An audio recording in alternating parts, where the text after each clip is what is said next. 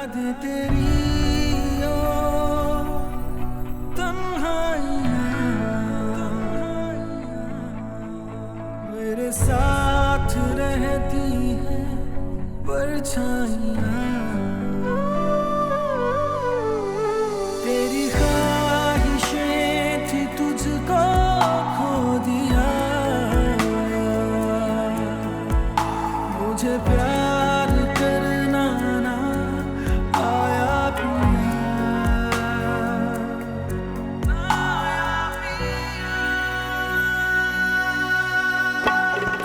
काश जुदा ना होता तू काश खफा ना होता कुछ तूने कहा तो होता कुछ तूने सुना तो होता तू क्या जाने मेरे पिया तू क्या जाने क्या मेरे पिया तू क्या जाने मेरे पिया तू क्या जाने क्या मेरे पिया। तुम बताओ, क्या तुम्हें औलाद की ख्वाहिश नहीं है? ख्वाहिश है आपा, बिल्कुल है, किसे नहीं होती। लेकिन अब अगर किस्मत में नहीं है तो क्या कर सकते हैं? तो अपनी किस्मत खुद बनाओ। मैंने जिस जॉब के लिए अप्लाई किया था वो जॉब मुझे मिल गई है और उन्होंने मुझे बहुत बड़ा प्रोजेक्ट भी दिया है। अरे वाह, माशाल्लाह, मुझे पता था तुम कामयाबी होकर लौटोगे। क्या मतलब? फायजा से शादी कर लो। आपा, ये क्या कह रही हैं आप?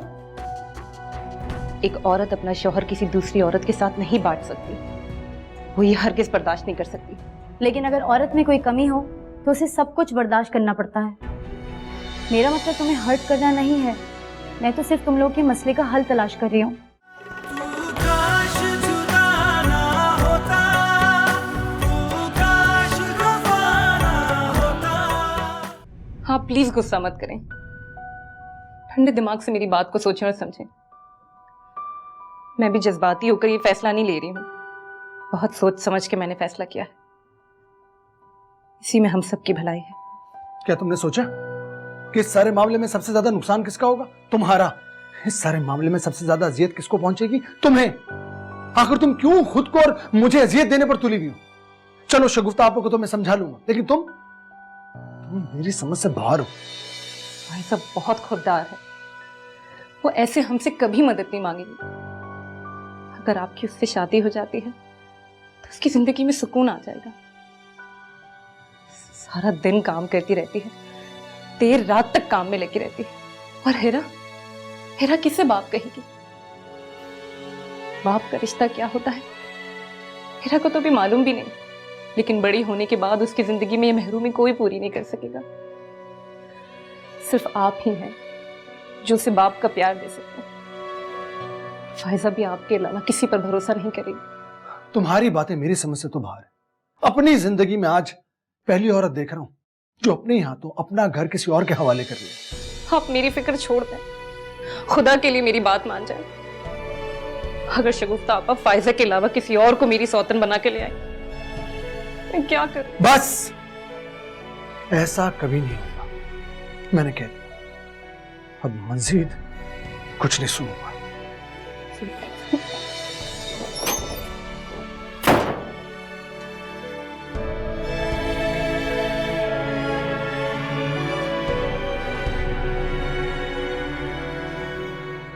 तुमने सोहेल से बात की? बहुत बार की है, लेकिन वो मेरी कोई बात सुनने को तैयार ही नहीं है। हर बार इनकार कर देते। वो तो ऐसे ही करेगा, लेकिन अगर तुम चाहो तो उसे मना सकती हो। मैंने फायजा से बात की है। आपने फायजा से बात कर ली? सुहेल को तो मनाने देती, अगर सुहेल ना माने तो? तुम हो ना उसे मनाने के लिए, राजी करो उसे।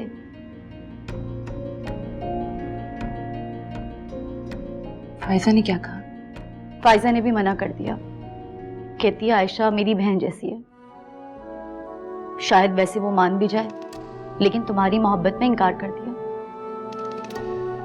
अब सोहेल और फायजा को राजी करना तुम्हारा काम है, क्योंकि दोनों तुम्हारी मुरब्बत में इस रिश्ते से इनकार कर रहे हैं। देखो, तुम मुझे अपना दुश्मन ना समझना।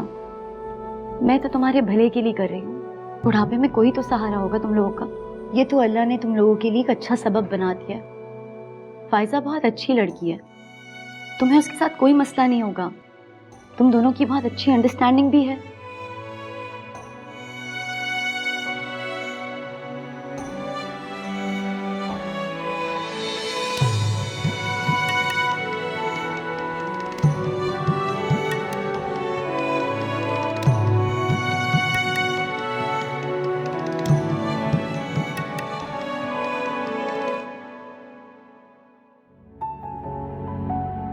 आओ आयशा, बैठो ना।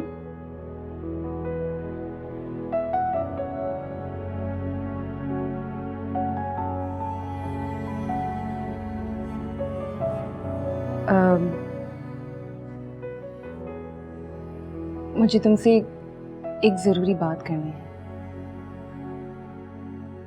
जानो, आप कमरे में जाओ, मैं भी आती हूँ। ओके, गुड गर्ल, मेरा बच्चा। बोलो। तुम मुझे काफी परेशान लग रहे हैं और एक दो दिन से मैं नोट कर रही हूँ कि सुहेल भी चुप चुप रहते हैं। तुम दोनों के बीच में कोई झगड़ा तो नहीं हुआ ना? नहीं नहीं, ऐसी कोई बात नहीं है। तो फिर क्या बात है? शगुफ्ता आपा ने तुमसे बात की होगी। मैंने उनकी बात को सीरियसली नहीं लिया और तुम्हें भी उस बात पर परेशान होने की जरूरत नहीं है। तुम्हें मुझ पर भरोसा है ना? तो फिर मेरी बात का यकीन करो कि मैं तुम्हारे साथ कोई भी ज्यादती नहीं होने दूंगी। मैं अच्छी तरह जानती हूँ कि तुम और सुहेल एक दूसरे से कितनी मोहब्बत करते हो। शायद शगुफ्ता आपा ये नहीं जानती कि मेरा तुम दोनों के साथ क्या रिश्ता है और हमारे रिश्ते के बीच इस तरह की बात की कोई गुंजाइश नहीं है। असल में मैं भी यही चाहती हूँ।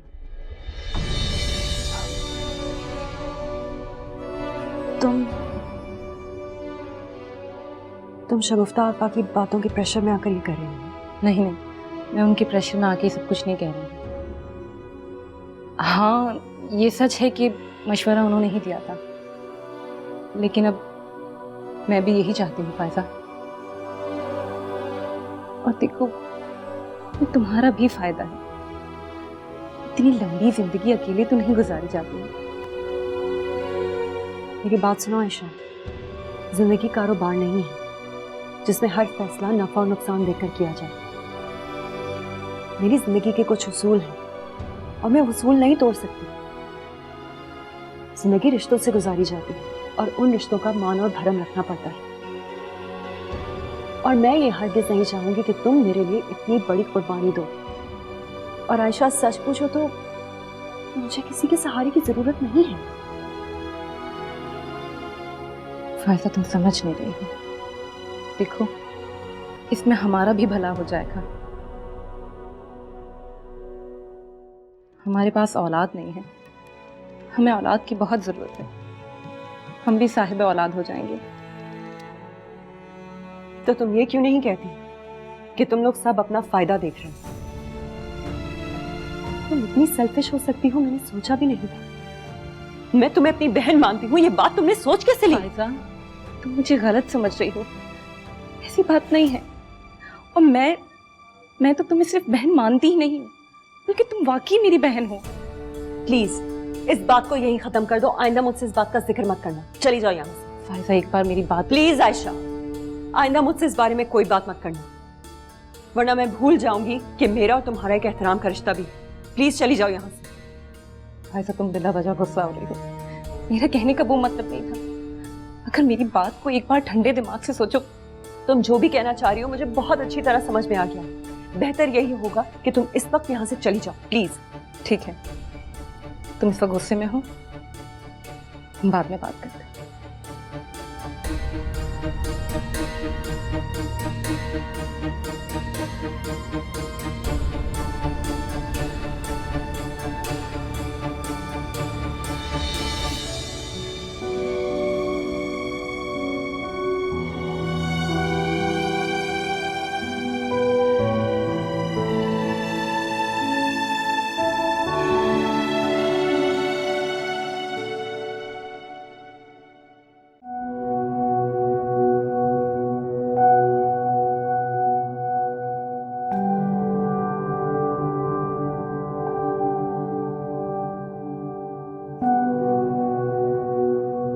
क्या हुआ? इतनी परेशान क्यों लग रही हो? शगुफ्ता आपने कुछ कहा है क्या? नहीं, आपा ने तो कुछ नहीं कहा। फिर क्या हुआ?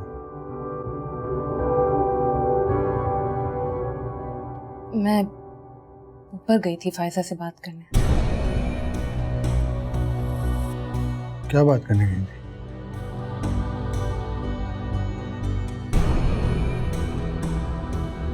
आपसे शादी की। क्या? तुम फायजा से ये बात करने गई थी? मैंने तुम दोनों को मना भी किया कि फायजा से इस किस्म की बात करने की जरूरत नहीं है। फिर क्यों करने गए? क्या कहा फायजा ने फिर? उसने तो बहुत माइंड किया है। उससे मेरा ये बात करना अच्छा नहीं लगा। मुझ पर गुस्सा हो गई और मुझे नीचे भेज दिया। मैं जानता था कि उनकी तरफ से इसी किस्म का रिएक्शन आना, इसीलिए मैंने मना किया था। आयशा, तुमने तो मुझे उनसे नजरें मिलाने के काबिल भी नहीं छोड़ा। तुमने ये तक नहीं सोचा कि एक ही घर में रहते हुए इस एक बात के बाद में मैं उनका सामना कैसे करूंगा? पता नहीं क्या उल्टा सीधा सोच रहे होंगे वो हमारे बारे में। ये सारी आग शगुफ्ता आपा की लगाई हुई। ना वो ऐसी बात करती और ना ही तुम्हारा दिमाग खराब होता। एक तो मैं पहले ही इतनी परेशान हूँ, उस बेचारी को अपसेट कर दिया मैंने। ऊपर से आप भी मुझ पर ही गुस्सा हो रहे हैं। अरे मुझे इतना गुस्सा आ रहा तो सोचो उनको कितना आ रहा होगा। अभी एक सानिया से बाहर नहीं निकली थी वो कि तुमने उन्हें एक और धचका दे दिया। कम से कम हमारी तरफ से तो उनको कोई तकलीफ नहीं पहुंचनी चाहिए थी। मैंने तो उसका भी भला ही चाहा था। उसे लग रहा है ये सब कुछ हम सिर्फ अपने फायदे के लिए कर रहे हैं। अगर मुझे अपना ही फायदा देखना होता तो मैं आपकी शादी किसी और से भी करवा सकती थी। शायद मैं ही औलाद के लिए इतनी अंधी हो गई थी कि मैंने बगैर सोचे समझे उससे इतनी बड़ी बात कह दी। अच्छा ठीक है, तुम अब परेशान मत हो। मैं खुद उनसे बात करूंगा। तुम और शगुफ्ता आप मजीद कोई बात नहीं करना उनसे। अब इस सारे मामले को मैं खुद हैंडल करूंगा, समझे?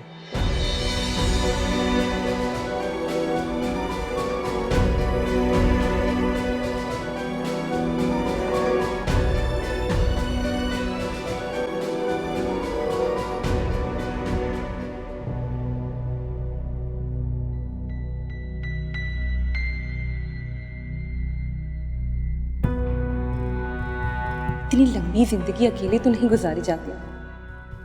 हमारे पास औलाद नहीं है, हमें औलाद की बहुत जरूरत है। हम भी साहिब औलाद हो जाएंगे।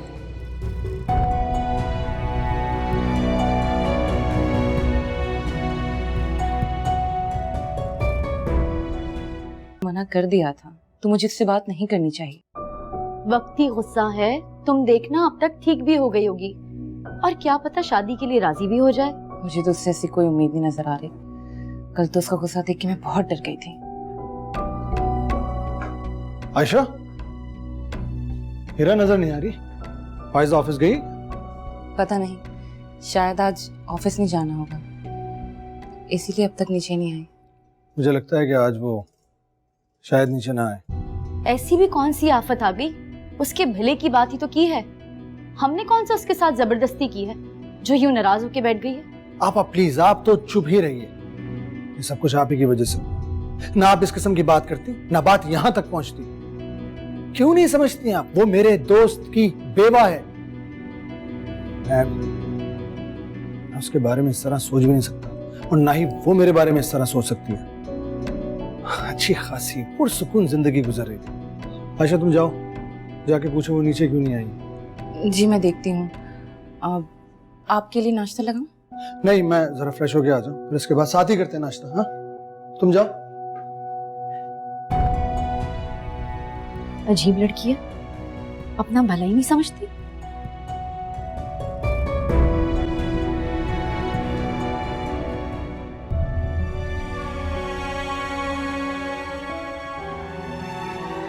फाइजा, फाइजा ये सब क्या कर रही हो? पैकिंग कर रही हूँ। वो तो मुझे भी नजर आ रहा है, लेकिन क्यों कर रही हो फाइजा? क्योंकि मैं अब यहाँ नहीं रह सकती। फाइजा, फाइजा, फाइजा तुम ये नहीं कर सकते। मेरी बात का वो मतलब नहीं था जो तुम समझ रही हो।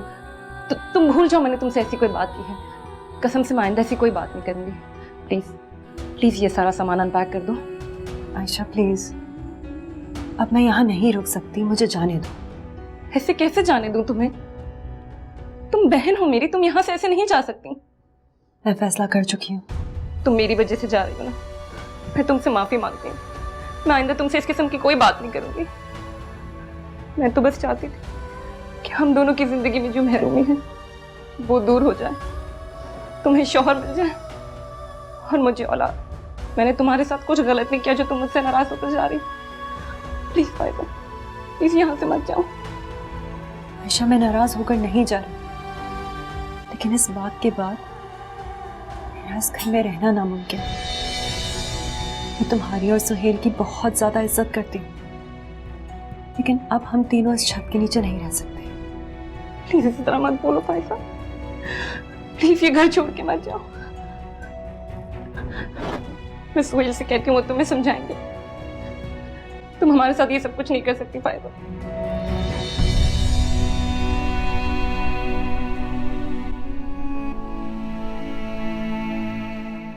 सुहेल, सुहेल, सुहेल, क्या हुआ? सब खैरियत तो है? क्या हुआ? सुहेल, तुम घबराई सुहेल, वो क्यों? फाइजा, क्या हुआ फायजा को? फाइजा जा रही है। सुहेल, कहाँ जा रही है? फाइजा हमारा घर छोड़ के जा रही है। प्लीज इसे रोक ले सुहेल, वो मेरी वजह से जा रही है। ऐसे कैसे जा रही है? हुआ क्या है? आप उसे रोक लेंगे ना? सब मेरी गलती है। अच्छा सुनो आयशा, तुम रिलैक्स हो जाओ, जाके बात करते हैं। लेकिन वो मेरी बात सुनने को तैयार नहीं है। प्लीज आप मेरे साथ चल के उसे समझाएं सुहेल। अच्छा रिलैक्स हो जाओ, रिलैक्स हो जाओ, चले आए साथ जाके बात करते हैं। आ जाओ। फायजा ये मैं क्या सुन रहा हूँ? आप घर छोड़कर जा रही हैं? जी। लेकिन क्यों इस तरह अचानक क्यों जा रही हैं आप? कुछ फैसले अचानक ही किए जाते हैं, और जब बात रिश्ते की नज़ाकत पर आ जाए तो ऐसे फैसले करने ही पड़ते हैं। देखिए फायजा, मैं आयशा और शगुफ्ता आपा की तरफ से आपसे माफी मांगता हूँ। इन्होंने जो भी किया वो गलत किया, मैं मानता हूँ। प्लीज आप अपने दिल से इन बातों को निकाल दीजिए, समझ लें जैसे कुछ हुआ ही नहीं, फिर देखिएगा आप सब कुछ पहले जैसा हो जाएगा। आप लोगों ने हर मुश्किल वक्त में मेरा साथ दिया। मैं आप लोगों के लिए कोई मुश्किल नहीं बनना चाहती। प्लीज मुझे यहाँ से जाने दीजिए। फायजा, इस तरह घर छोड़कर आप मुझे शर्मिंदा करें, प्लीज ऐसा मत कीजिए। देखिए आज नहीं तो कल मैंने घर छोड़ना ही था। बस मुझे लगता है कि वक्त आ गया है। मेरे दिल में किसी के लिए भी कोई गिला नहीं है, और आयशा पर तो मैं चाहकर भी गुस्सा नहीं कर सकती। इसने जो नेकियां मेरे साथ की हैं, उनका बदला मैं चाहकर भी चुका नहीं सकती। हर मुश्किल वक्त में मेरे साथ खड़ी रही। आप प्लीज ये मत समझें कि मैं नाराज होकर इस घर से जा रही हूं। मेरे दिल में किसी के लिए कोई गिला नहीं, लेकिन मैं अब यहाँ इस घर में नहीं रह सकती। देखिए आप लोग तो मेरे मोहसिन हैं, मेरी हिम्मत है। प्लीज मुझे इस तरह कमजोर ना करें। मुझे खुशी से इस घर से जाने दें ताकि मेरी हिम्मत बंधी रहे। जज्बाती होकर फैसला मत करो। आयशा तुम्हें बहनों जैसा समझती है, उसे हर वक्त तुम्हारी फिक्र लगी रहती है, और तुम घर छोड़ के जा रही हो। बहुत मुखलिस है तुम्हारे साथ। आयशा की बातों का बुरा नहीं मनाओ। आयशा की बातों का तो मैं चाहकर भी बुरा नहीं मना सकती। सारा कसूर मेरा है, मेरी गलती की सजा इसे मत दो। मैंने ही अपने भाई की मोहब्बत में आयशा को ये सब करने के लिए कहा कि वो तुम्हें और सुहेल को शादी के लिए राजी कर ले।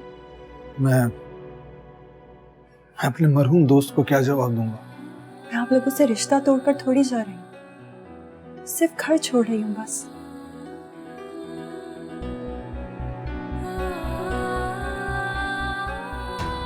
ठीक है, जैसे आपकी मर्जी, लेकिन प्लीज आप कभी भी अपने आप को अकेला मत समझिएगा। से जुड़ी है मेरी हर खुशी, कभी हमसे दामन छुड़ाना नहीं। प्लीज इस घर से कोई भी बात आप अपने दिल में लेकर मत जाइएगा।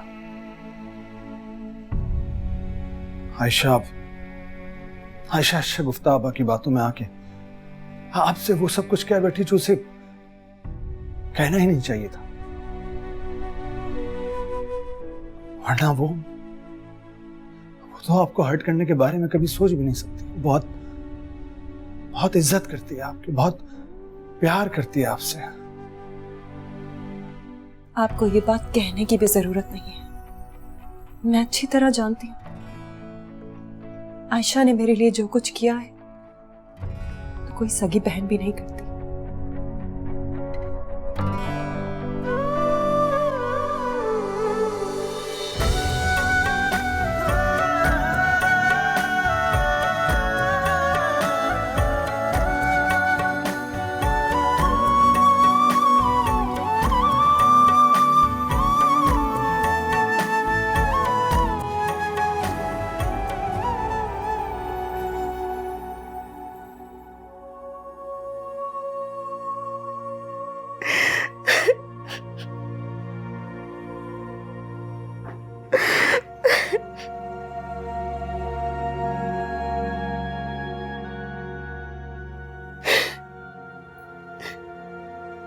आयशा, क्या हो गया तुम्हें?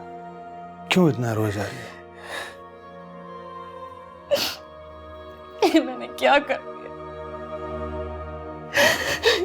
ये सब कुछ मेरी वजह से हुआ है। नहीं नहीं, फाइजा ने कहा है कि उन्हें तुमसे कोई शिकायत नहीं है। वो तो बस वैसे ही शिफ्ट कर रही है। उन्होंने ये थोड़ी कहा कि उनका रिश्ता उनसे खत्म हो रहा है। वो तो बस यहां से जा रही है। उस बेचारी को मेरी वजह से ये घर छोड़ना पड़ रहा है। वो कहाँ जाएगी?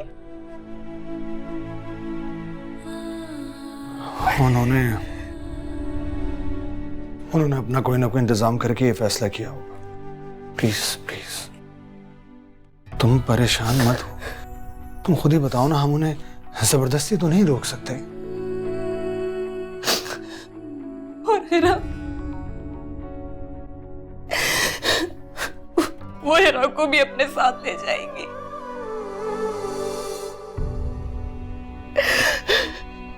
मैं कैसे रहूंगी हिरा के बगैर?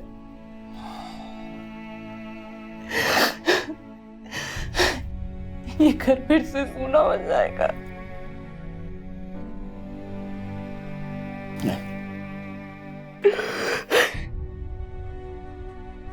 अपने आंसू साफ कर लो, अल्लाह पाक सब कुछ बेहतर करेंगे।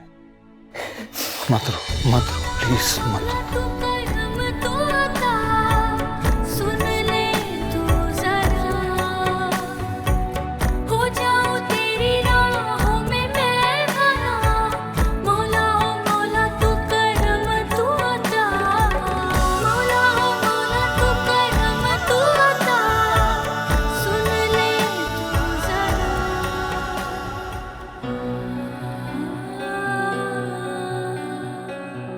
फाइजा, अभी भी वक्त है, सोच लो। मैं सोच चुकी हूँ। आयशा के साथ साथ मैं खुद को भी मुजरिम समझ रही हूँ कि ये सब कुछ मेरी वजह से हुआ। आप प्लीज इस तरह मत सोचें, ऐसी कोई बात नहीं है। आ जाओ आयरा।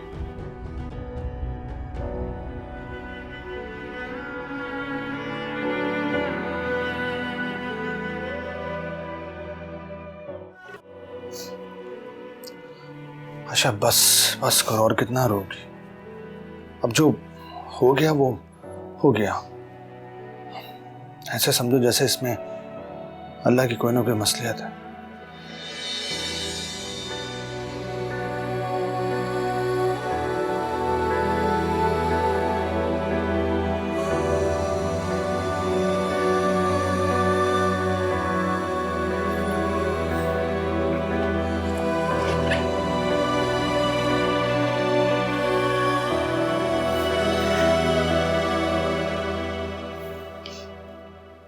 देखो,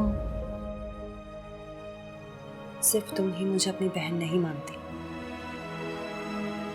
मैं भी तुम्हें अपनी बहन समझती। मुझे तुमसे कोई गिला नहीं है। मैं ये घर इसलिए छोड़कर नहीं जा रही कि मैं तुमसे खफा हूं या तुमसे नाराज हूं। घर छोड़ने की वजह ये भी है कि कहीं तुम्हारा कोई नुकसान ना हो जाए। तुम मेरे साथ उस वक्त भी खड़ी थी जब मेरे अपने मेरा साथ छोड़ गए थे। पहले दिन से लेकर आज तक तुमने हमेशा मेरा भला ही चाहा और अपने आप को हमेशा मेरी ढाल बनाए रखा। तुमने हर मुश्किल वक्त में मेरा साथ दिया। अब तुम बताओ कि मैं तुम्हें अपने आगे कमजोर पड़ते कैसे देख सकती? क्या मैं नहीं जानती कि तुम सुहेल से कितनी मोहब्बत करती हो? और एक औरत के लिए अपने शौहर को बांटना कितना मुश्किल होता है। तुम क्यों खुद पर जुल्म कर रही हो? ये सब करने से शायद तुम्हें औलाद तो मिल जाए, लेकिन तुम अपना शौहर और अपना सुकून खो दोगी। जिंदगी में इंसान को सब कुछ नहीं मिलता। अगर अल्लाह ताला ने तुम्हारी किस्मत में औलाद लिखी है तो तुम्हें जरूर मिलेगी। अपने साथ ये जुल्म मत करो। लोगों की बातों में आकर अपना घर बर्बाद मत करो। और मेरे लिए फिक्र मत करो। मेरे पास जो है, जितना है, मैं उसमें खुश हूँ। देखो, अपने अब्बू के घर से भी तो मैं दूसरी शादी की ऑफर रिजेक्ट करके आई थी ना, क्योंकि मुझे अपने पैरों पर खड़ा होना, मुझे अपना रास्ता खुद बनाना, और उसके लिए मुझे तुम्हारी दुआओं की जरूरत है। और तुम्हारे आंसू मुझे कमजोर कर रहे हैं, और तुम ये कभी नहीं चाहोगी ना कि तुम्हारी बहन कमजोर हो जाए।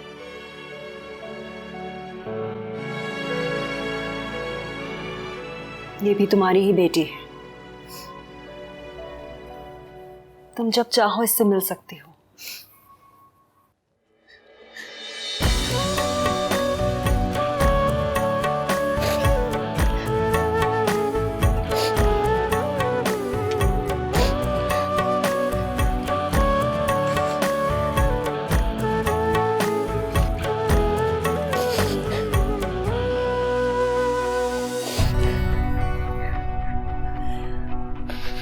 अच्छा, अब रोना बंद करो। चलो मेरे साथ बाहर। आ जाओ।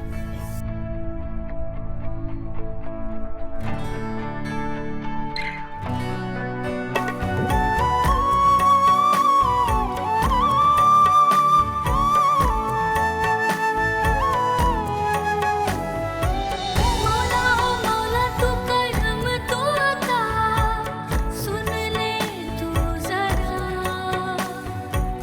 हो जाऊं तेरी राहों में मैं बना। मौला ओ मौला तू करम तू अता मौला ओ मौला तू करम तू अता सुन ले तू जरा हो जाऊं तेरी राहों में मैं बना। मौला ओ मौला तू करम तू अता।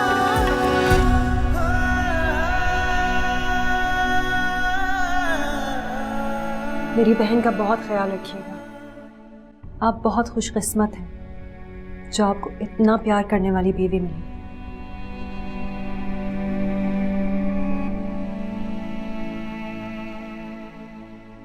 मेरे यहाँ होते हुए अगर आपको मेरी कोई बात बुरी लगी हो या मुझसे कोई गलती हो गई हो तो मुझे माफ कर दीजिएगा।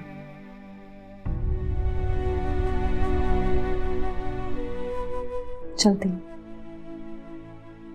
अल्लाह हाफिज। अल्लाह हाफिज।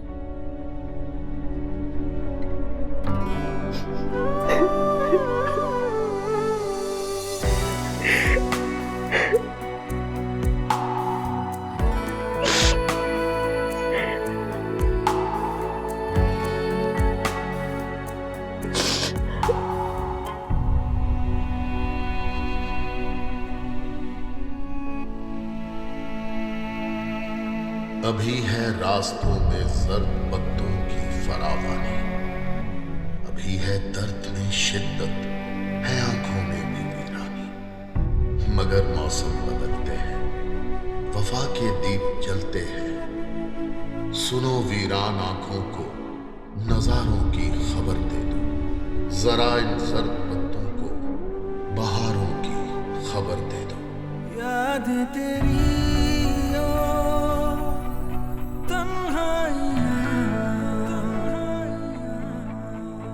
मेरे साथ रहती है परछाइयाँ, तेरी ख्वाहिशें थी तुझको खो दिया।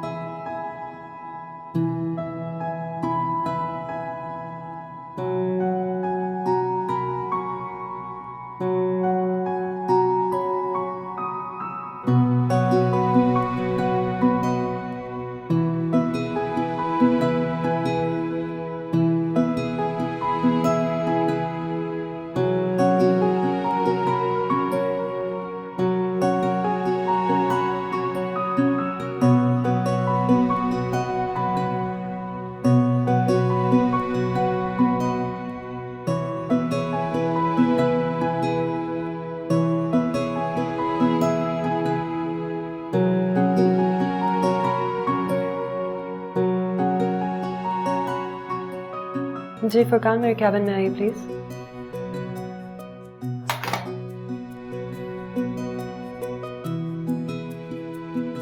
Good morning ma'am. कम इन।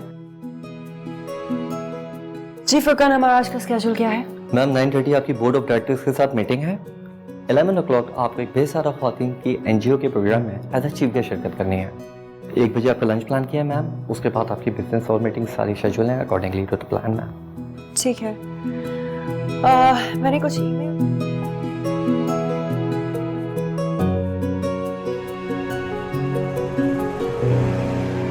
अब मैं स्टेज पे जिस शख्सियत को मधु करना चाह रही हूँ वो किसी तारुफ की मोहताज नहीं है।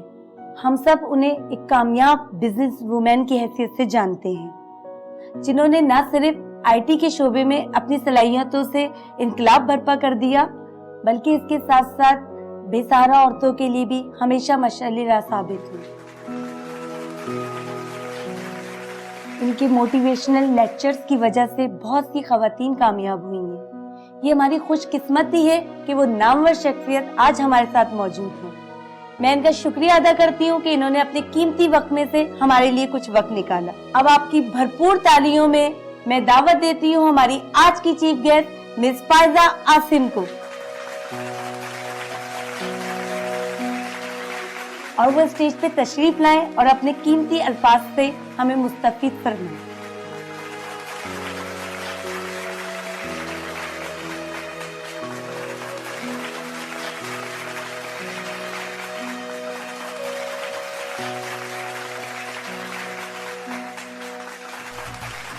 आप सबका बहुत शुक्रिया कि आपने आज मुझे इस तकरीब में मदऊ किया और मुझे बोलने का मौका फराहम किया। सबसे पहले तो मैं अल्लाह ताला की बहुत शुक्रगुजार हूँ कि उसने आज मुझे इस मुकाम तक पहुँचाया। मैं आज आप सबसे ये कहना चाहती हूँ कि खुद को कभी कमज़ोर मत समझें। अल्लाह ने औरत को मर्द से ज़्यादा ताकतवर बनाया है। औरत में सब्र, बर्दाश्त, हौसला और हिम्मत मर्द से कई ज़्यादा है, लेकिन ये औरत हमारे अंदर कहीं छुपी बैठी होती है। अपने आप को पहचाने और अपनी मंजिल तक पहुंचने के लिए अपने इस अंदर की औरत को तलाश करें। फिर आप देखिए औरत खुदा की कितनी मजबूत मखलूक है। वो अपनी सलाहियतों से जो चाहे कर सकती है।